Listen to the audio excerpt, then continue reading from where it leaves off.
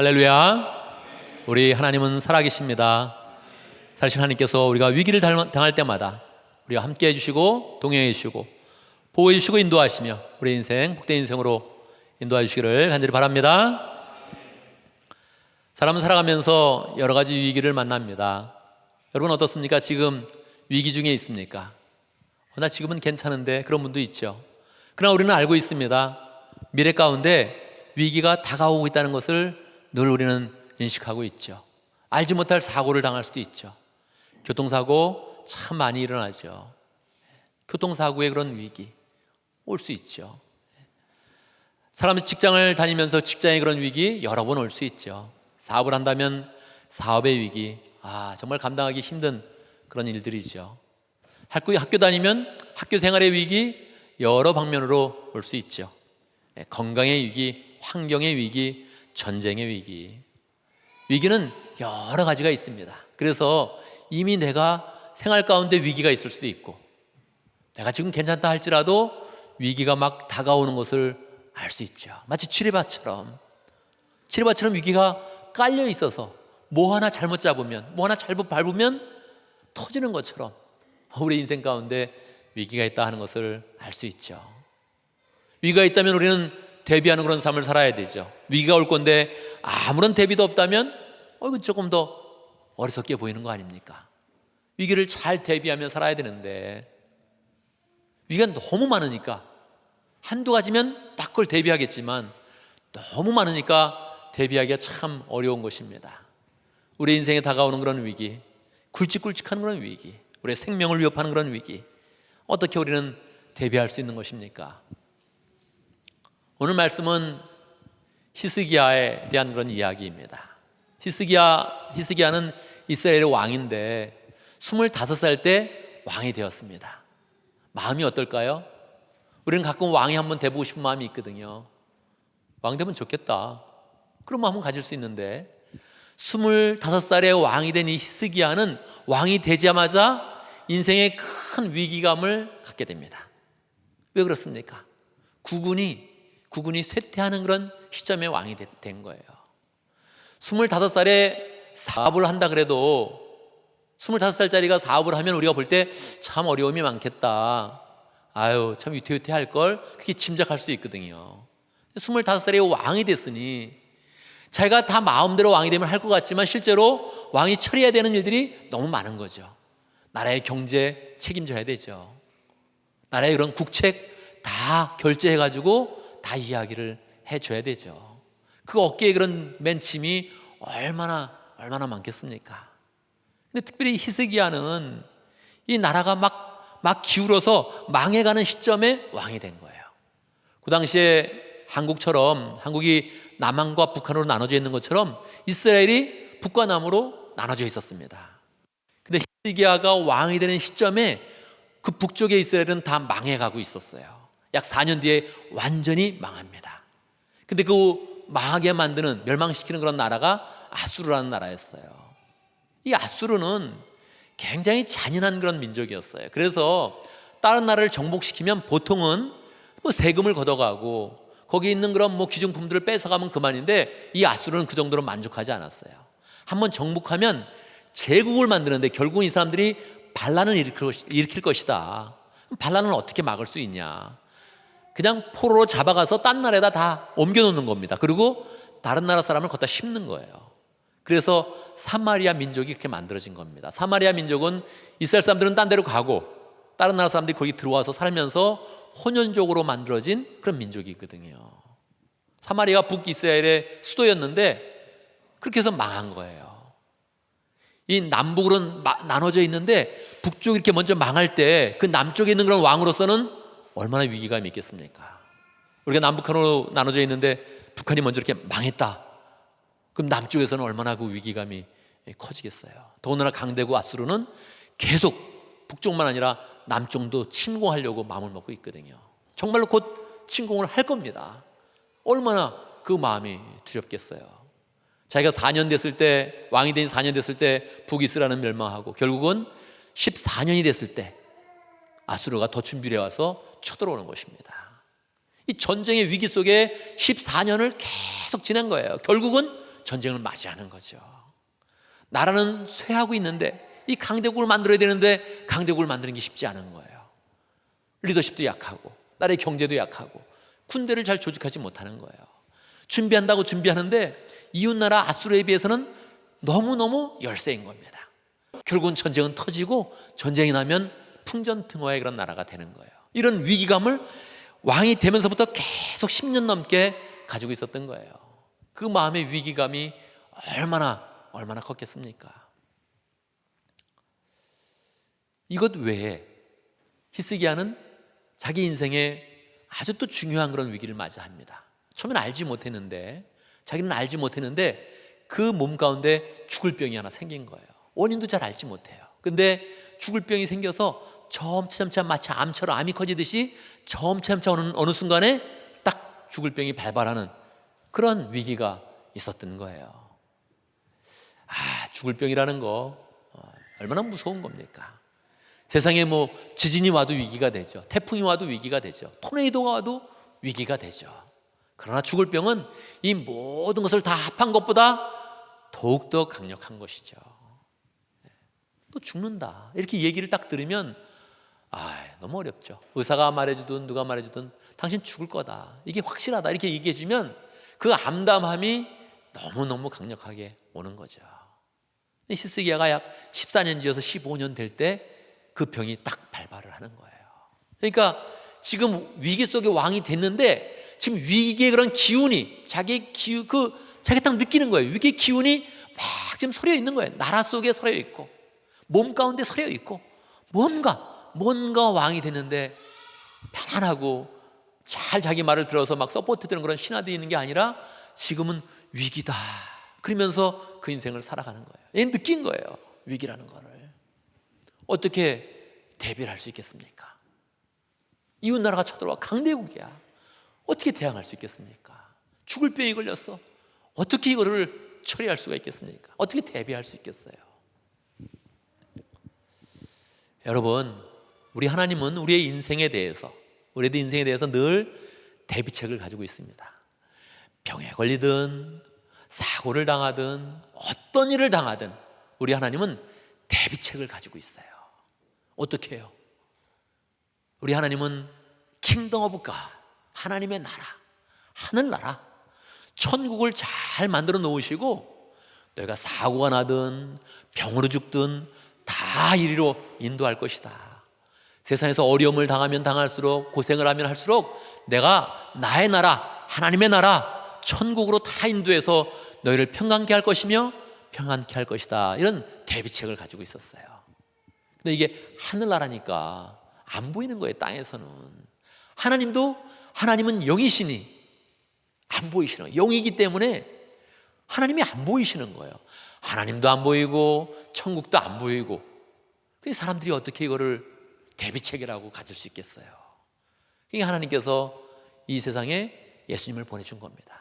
예수님이 하나님 나라를 경험하고 천국을 경험하면서 이 땅에 내려오셔서 이 세상에서 위기를 헤쳐나가는 방법을 직접 보여주시고, 그리고 하나님이 만들어주신 그 하나님 나라로 안전하게 사람을 인도할 수 있도록 예수님이 직접 내려오신 것이죠. 여러분, 예수님 사진 보거나 예수님의 모습을 이미지를 그려볼 때 저분이 위기 가운데 있다, 그런 느낌 가지십니까? 예수님이 사역하는 모습, 설교하는 모습 보면 예수님이 지금 위기 가운데 막 두려워하고 힘들어하고 그게 막 느껴집니까? 잘 안 느껴지죠. 평온하고 심령이 가난한 자는 복이 있나니, 뭐 이렇게 말도 천천히 하실 것 같잖아요. 그렇죠? 복이 있나니 천국이 저희 것임이요. 진짜 영화도 보면 가끔 그러죠. 새가 보면 공중나는 새를 보라, 노래하지 않으면, 이렇게 천천히 말하잖아요. 천천히 새를 이렇게 천천히 멀리 있는 그런 새 보면서 말투도 천천히 하면서 평강하게 보이잖아요. 근데 아니죠. 예수님은 우리보다 훨씬 더 위기 속에 사셨죠. 왜 그렇습니까? 처음에 태어날 때부터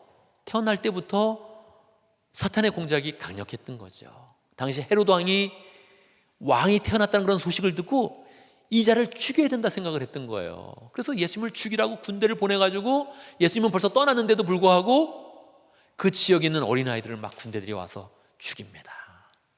예수님이 태어나자마자 군대가 와서 예수님을 죽이려고 막 찾는 거예요. 결국 예수님의 아버지 요셉은 자기 고향에서 살지 않고 전 나사렛이라는 곳에 가서 북방의 변방이거든요. 북방의 변방. 거기 가서 살게 되죠.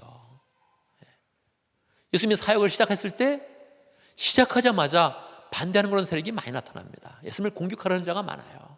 성경에 나오죠. 죽이려고 모의한다. 예수님을 죽이려 한다. 그런 표현이 굉장히 많죠.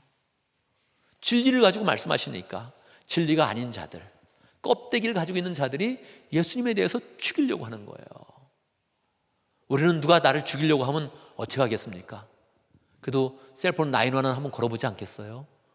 당신은 셀폰도 없고 셀폰이 있다 해도 경찰관이 없던 시대예요. 경찰관이 없던, 보안관도 없던 시대야. 누가 날 죽이려고 하는데 어디다가 대고 얘기할 데가 없어. 관청에 가서 얘기할까? 그 사람들이 죽이려고 그래. 그 사람들이 죽이려고 그래.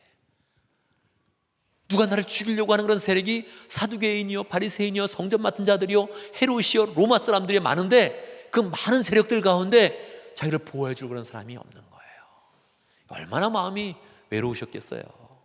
길을 가다가 그냥 공격할 수 있는데 얼마나 두려움이 있었겠어요. 예수님은 그 위기 가운데 생명을 해하려는 하는 그런 위기, 목숨을 뺏어가겠다고 달겨드는 그런 사람들 가운데에서 그 위기감 속에서 위기를 해결하려고 하나님께 깊이 나아갔던 겁니다. 하나님께 깊이 나간 거예요. 아버지 하나님의 능력을 구한 거예요. 하나님의 보호하심을 구한 거죠. 그래서 새벽마다 기도하고 하나님께 나아가서 하나님의 은혜로 덧입고 중요한 일이 있으면 밤을 새서 기도하면서 하나님의 은혜를 가져온 것입니다. 하나님의 능력을 하늘에서부터 가져온 거예요. 그래서 하나님이 보호해 주시고 원래 본인의 그런 목적이 그 위기 속에서 헤쳐나가는 모습들을 사람들에게 보여주는 것인데 사람들에게 모범을 보여주고 하나님의 나라로 성큼성큼 나아가고 세상의 위기가 아니라 그 모든 위기들을 하나님의 뜻으로 성취하는 그런 삶으로 살아서 기꺼이 구원의 길을 활짝 여셨던 것입니다. 하나님이 사랑하는 자는 이런 예수의 영을 부어주는 거예요. 히스기야가 위기감이 막 있을 때, 위기감이 있을 때 어떻게 처리해야 되나? 나라는 위태롭고 자기는 죽을 병이 들 거고 어떻게 처리해야 되나? 막 있을 때 예수 그리스도의 지혜가 그 속에 임하는 것이죠. 이 위기 헤쳐나가야 된다. 대비해야 된다. 어떻게 대비해요? 우상을 버리면서 하나님께 나아가는 것입니다. 하나님의 백성인데도 우상을 섬겨요. 이게 참 이상한 일이죠. 그러니까 국군이 쇠하는 거예요. 국군이 쇠하는 거죠. 자기도 버릴 뿐만 아니라 주변에 있는 모든 사람에게 명령해서 이 나라의 우상을 다 없애자. 산당을 폐하고 주상을 회파하고 아세라 여신의 신상을 쪼개고 그리고 불태우면서 하나님께 전심으로 나아갔던 것입니다. 하나님의 뜻이 있다면 순종할 것이요, 하나님의 계명이 있다면 실천할 것이요. 한 걸음 더 나아가서 히스기야는 모세 때부터 내려왔던 노뱀을 부숴버립니다. 지금도 느보산에 가면 모세가 이렇게 들었던 그런 노뱀이 느보산 쪽에 이렇게 세워져 있어요. 근데 그건 가짜고, 모세 때부터 진짜 내려왔던 그 노뱀, 모세가 높이 들어서 뱀이 물린 사람마다 쳐다보면 낫는다는 그 노뱀을 계속 히스기야 때 가지고 있었는데 이거를 사람들이 음란하게 섬기는 거죠. 이거를 하나님을 섬기지 않고 이걸 만들려고 했던 하나님을 섬기지 않고 눈에 보이는 노뱀도 뭔가 신령한 것이다, 여기 뭔가 능력이 있을 것이다, 그래서 이 노뱀을 섬기는 거예요. 신령한 것이고 믿음의 역사가 담겨 있는 것이지만 사람들이 잘못 섬기고 있으니까 부숴버리고 하나님만을 섬겨야 된다는 것을 명확하게 보여주면서 나갔던 것입니다. 자기는 사실은 저쪽에 있는 아수르의 침공과 자기가 죽을 병이 걸렸던 그런 위기를 알지 못하면서 위기를 대비했던 거예요. 전심으로 하나님께 나아가니까 하나님께서 큰 위기가 왔을 때 그것을 헤쳐나갈 수 있는 힘을 주시고, 다른 나라가 침공해서 나라가 풍전등화의 그런 위기에 있을 때에도 하나님께서 그걸 이겨낼 수 있는 힘을 주시고 열정으로 하나님을 믿으면서 헤쳐나갈 수 있는 그런 능력을 주셔서 정말 그 인생 가운데 위기가 와도 형통하게 하시고 성공하게 하시고 행복하게 만드시는 하나님의 은혜가 그의 삶 가운데 임했던 것입니다. 여러분, 인생은 위기가 있습니다. 나는 위기가 없는데요, 걱정하지 마세요. 곧 다가옵니다. 걱정하지 마세요. 곧 다가옵니다. 더 센 게 다가옵니다. 여러분한테는 나는 아무것도 없다는 사람 더 센 게 다가옵니다. 왕이 되어서도 다가오는데, 한나라의 왕이 되어서도 위기를 맞이하는데 평범하게 사는 사람이 왜 위기가 없겠어요? 군대도 운용할 수 있고 세금을 운용할 수 있고 나라를 경영할 수 있는 그런 사람도 위기를 맞이한다면 왜 평범하게 사는 그런 사람이 위기를 맞이하지 않겠어요? 현대인들은 더 다양하게 살고 더 다양한 일들이 많이 일어나는데 우리에게는 조금 강력하게, 그러면서도 강력하게 다가오는 그런 위기가 많이 있죠. 위기는 반드시 잘 대처해야 되는 것입니다. 미리 대비하는 그런 삶을 살아야 되죠. 근데 너무 종류가 많아서 대비하기가 어려운 거예요. 어떻게 대비할 수 있겠습니까?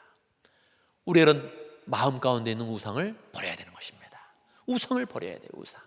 우상을 버리면서 전심으로 하나님을 섬기겠습니다, 이런 마음을 가져야 돼요. 쌀독에 돈 누는 사람, 여러분 집에 우상 하나 있습니까? 없습니까? 쌀독에 돈 누는 사람, 그래서 점이라도 한번 보자 이런 사람, 점은 안 보지만 또 짜장면 먹고 나서 그거 하나 뜯어가지고 오늘 운이 좋겠네 뭐 이런 사람 있죠? 그거 한번 읽어보죠. 거기서 또 좋게 나왔다고 또 오늘 또 돈이 좀 들어올래나, 로또도 하나 사야 되는 건가 뭐 이러는 사람들 있죠. 정말 작은 그런 우상들이죠. 근데 현대에 와서는 우상은 능력이 없다는 거, 눈에 보이는 우상은 능력이 없다는 걸 자꾸 사람들이 알기 시작했어요. 이게 별게 아니구나, 정말 말 그대로 미신이구나, 신도 아니구나 하는 것들을 알게 됐죠. 사람이 만든 그런 형상이니 뭐가 어떻게 신이 될 수 있겠어요? 생명도 없는 그런 물건이니 어떻게 이게 신이 될 수 있겠어요? 이게 아니구나 하는 것들을 알게 되었죠. 그러나 우리에게 강력한 우상이 등장하기 시작했습니다. 무엇입니까? 디모데야, 너는 알라, 말세에 고통하는 때가 이르니 사람들이 자기를 사랑하고 돈을 사랑하고 자랑하고 교만하며. 현대의 강력한 우상은 자기죠. 자기를 꾸미게 하는 그런 사업 망하지 않습니다. 화장품 비싼 거예요? 비싼 거하고 싼 거 있어요? 효용을 물어보지 않아 비싼 거 삽니다. 효용을 물어보지 않아. 이왕이면 비싼 거 사. 왜? 효용이 있을까 봐. 우리는 그걸 자세히 알아보지도 않아. 비싼 게 좋겠지, 그걸 사는 거예요. 자기에 대한 투자 강력하죠. 강력하죠.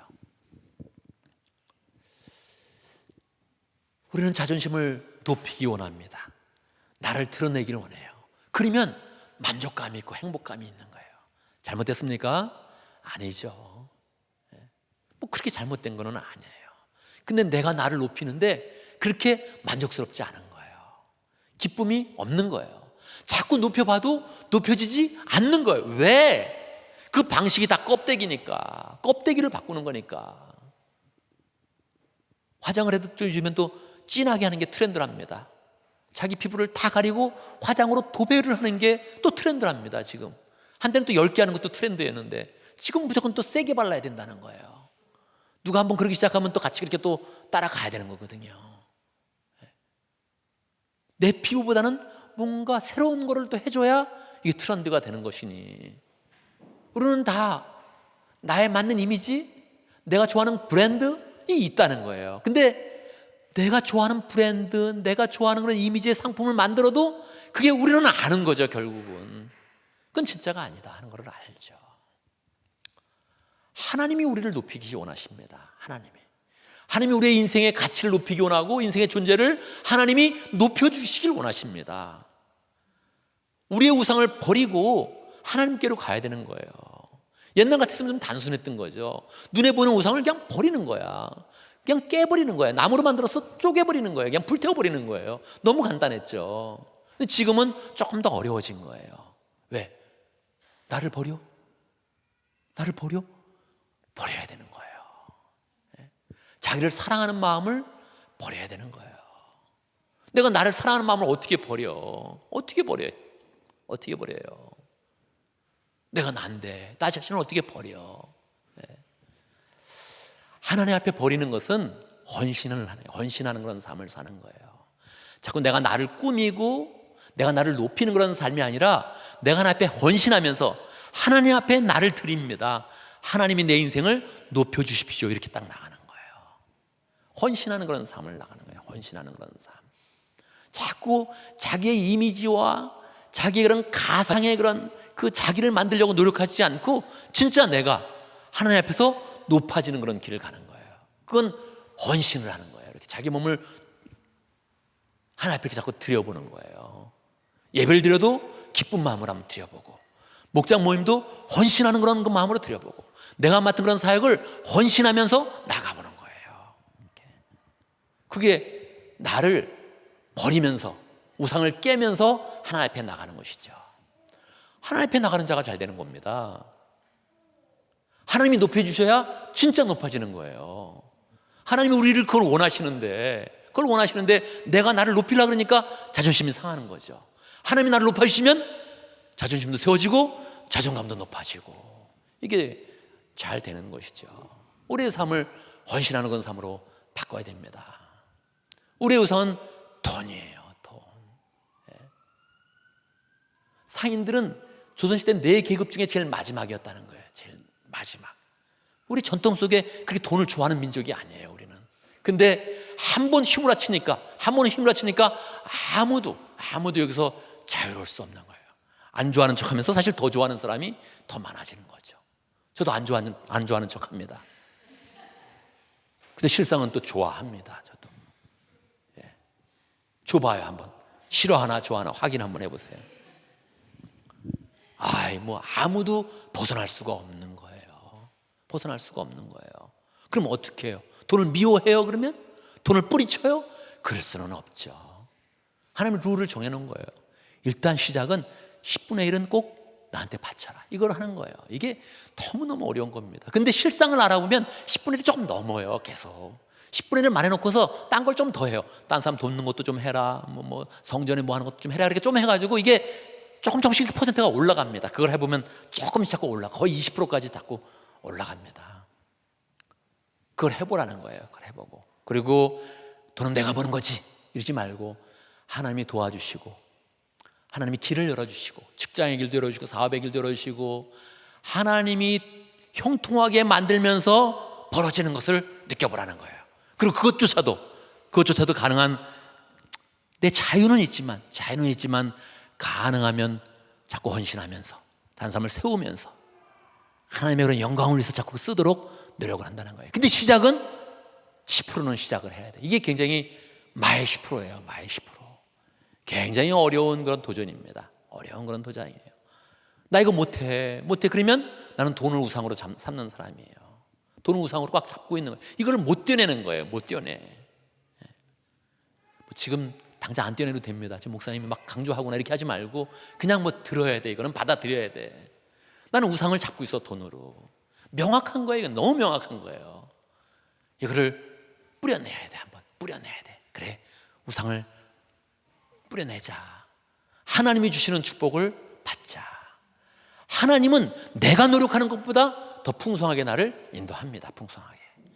내가 길을 여는 것보다 하나님이 더 좋은 길로 인도합니다. 이걸 잘해도 우리는 마지막 노뱀까지 나가야 됩니다. 노뱀을 부숴야 돼요. 노뱀은 믿음의 상징인 거예요. 믿음의 역사가 담긴 일인 거예요. 믿음으로 하는 일이에요, 사실은 다. 근데 거기에 스피릿이 빠지면, 영이 빠지면 다 노뱀이 되는 겁니다.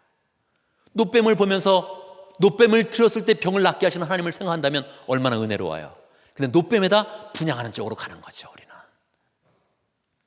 우리가 하는 그런 모든 일 가운데, 믿음의 모든 일 가운데 영을 빼버리면, 정성을 빼버리면 다 노뱀이 되는 겁니다. 노뱀을 부숴야 돼요. 노뱀을. 난 예배 드렸어, 이렇게 하면 안 됩니다. 나는 예배를 잘 드렸어, 하나님. 난 예배를, 내 마음을 잘 드렸습니다. 내 인생을 드렸습니다. 예배 가운데 하나님을 만났습니다. 이게 있어야 돼요. 하나님을 자꾸 만나는 일이 있어야 돼. 하나님을 만나는 일. 진짜 예배 오면 하나님 나를 만나주시네.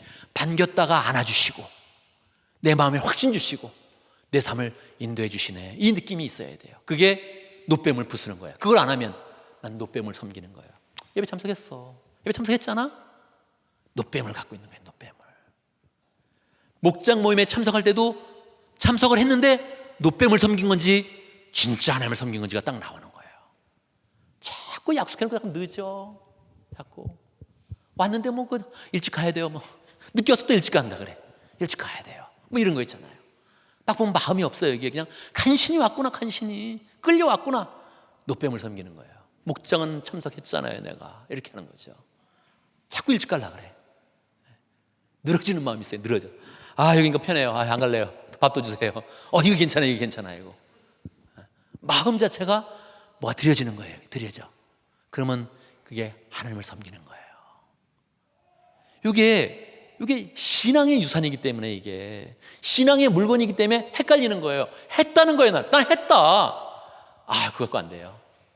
하나님 마음의 귀하기죠. 어려움 가운데 했으면 중심. 어려움 가운데서 하려고 그런 거 귀하게 여기죠.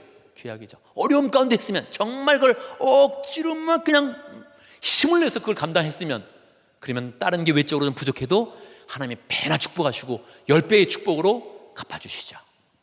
정신을 빼버리면 거기에 정신을 빼버리면 다 노뱀이 되는 거예요. 노뱀. 사람을 만나는 거, 음식을 준비하는 거, 내가 팀장으로서 섬김으로서 일하는 거 모든 게 정신을 빼버리면 다 노뱀을 섬기고 있는 거예요. 난 했다. 난 이렇게 신앙생활 한다. 노뱀이죠. 하나님을 열심히 섬기는 그런 마음이 있어야 돼요. 그걸 해주면 하나님이 약속해 주는 거예요. 너의 삶 가운데 위기가 올 것이다. 그런데 위기가 오면 너는 더 나의 큰 사랑을 경험할 것이다. 나의 더 세밀한 은혜를 경험하게 될 것이다. 내가 아무리 폭풍과 쳐도 태풍이 불어도 너를 보호하는 그런 사랑이 훨씬 더 강력하다는 것을 알게 될 것이다 하는 거죠. 히스기야가 진짜 그랬던 거예요. 히스기야가 그 삶을 살아가면서 그 전쟁이라는 것은요, 왕으로서는요 정말 큰 위기거든요. 그것만 없으면 왕으로서의 문제가 없는데 이 킹십 자체를 그냥 공격하는 거예요. 너는 왕도 아니다, 네 나라. 이렇게 하면서 외부에서 쳐들어오는 이게 너무너무나 어려웠던 거죠. 그걸 잘 이겨냅니다. 18만의 군대가 쳐들어왔는데 그걸 하루아침에 하나님께서 처리를 깨끗이 해주십니다. 18만의 군대를 하나님이 직접 내려와서 그 군대를 딱 처리해 주십니다. 히스기야가 죽을 병에 걸려서 막 울고 있을 때 선지자 이사야를 보내가지고 말해줍니다. 너의 인생을 15년을 다시 연장해 줄 것이다. 죽을 때가 되었는데 15년. 강력한 거거든요. 이거는요. 보통 뭐 심장 바꾸고 신장 바꿔도 보통 5년을 기준으로 하거든요. 인공심장 바꿀 때 보통 5년을 기준으로 생각하거든요. 5년은 더 산다 이렇게 얘기하는 건데 이 15년이면 강력하게 하나님의 은혜가 임한 거거든요. 죽을 병에 걸려도 다시 살려주면서 그 삶을 인도해 주시는 것입니다. 우리가 하나님 앞에 나를 드리면서 더 가까이 가면서 우리의 그런 마음의 중심을 잘 드리면서 위기를 대비해야 됩니다. 감사하게 우리가 지금 세일의 기도를 하고 있는 거예요. 뭐 지금 아침에 열심히 나오는데 오늘도 애들이 한 13명 정도 나온 것 같아요. 13명. 좀 더 큰 애들까지 하면 한 15명 정도 나온 것 같아요. 감동이죠. 예. 애들이 뭐 사실 그 듣는 것도 잘 없을 텐데 무슨 재미로 나오는지, 그죠? 그 들리는 것도 참 적었을 텐데. 예. 그래도 이렇게 물어보면 또 이렇게 나름 다 본인이 해석해서 다 이렇게 얘기를 또 이렇게 하더라고요. 무슨 말을 들어서 이렇게 오늘 뭐에 대한 거다 다 얘기를 하더라고요. 감동이죠. 예. 애들까지 나오고. 사실 그 뭐 가정에서 애들 데리고 나오는 게 쉬운 거 아니죠. 근데 하나님이 그걸 보는 거예요. 너는 노뱀을 섬기는 게 아니다. 나를 섬기는 것이다. 네 가정은 지금 나를 섬기나 이걸 다 보는 거죠. 만약 못 나오는 분이 각자의 처소에서 기도하고 있다면 하나님이 또 그걸 보시는 거죠. 내가 너를 안다. 딴 사람이 안 나와서 모르는데 나는 안다. 나는 너의 무릎을 안다. 너의 두 손 모아서 기도하는 그 시간들을 내가 안다. 그러면서 또 하나님이 인정해 주시는 거죠. 하나님이 인정해 주시는 거예요. 하나님이 그 기간에 더 특별하게 특심한 마음으로 하나님을 섬기는 그런 마음을 아시는 거죠. 2주를 잘 보냈습니다. 은혜 가운데 잘 보냈습니다. 한 주 남았죠. 사람은 계속 가다가 마지막에 약해지는 거예요. 항상 이 마지막 부분 한 주를 더 잘 지내는 거죠. 이제 일주일 남았다 이렇게 하지 않고 여기도 스피릿을 담아야죠. 영을 담아야죠. 정성을 담아야죠. 하나님, 이게 쉽게 되는 게 아닌데, 영혼 구원하는 거 쉽게 되는 게 아닌데, 이렇게 기도하면서 영혼 구원으로 한번 나가보겠습니다. 그리고 한번 나가보는 거예요. 그러면 영혼을 자꾸 만나게 되죠. 뭐 커넥트, 저하고 약속 있게 되죠. 뭐 한 번은 딱 오지도 않아요. 저도 오늘 두 사람이 저하고 약속을 했는데 그러니까 또 안 나왔어. 이게 쉽지 않은 거예요. 이게 영혼 구원하는 거니까 뭐 그냥 한 번 해서 되는 게 아니에요. 또 연락하고 또 연락하고 또 연락하고 해서 결국 하나님께서 그 영혼을 불러주시고 변화시키시고 진짜로 영혼이 태어나는 그런 과정으로 하나님이 인도해 주신다는 거예요. 기쁜 마음을 가지고 영으로서 또 나아가는 거죠. 그러면 하나님께서 알아주시고 하나님께서 마음의 중심도 보시고 갚아주시고 형통케 하시면서 그 일을 형통케 하면서 우리에게 있는 위기를 다 대비하도록 하나님이 역사해 주시는 것입니다. 하나님 앞에서 위기를 다 대비하는 그런 그 마음으로 하나님께 자꾸 드려서 하나님이 직접 역사해 주시고 직접 인도해 주시고 우리의 발걸음에 동행하시면서 보호하시는 은혜가 우리 모든 믿음의 식구들 가운데 풍성하기를 간절히 바랍니다. 함께 기도합니다.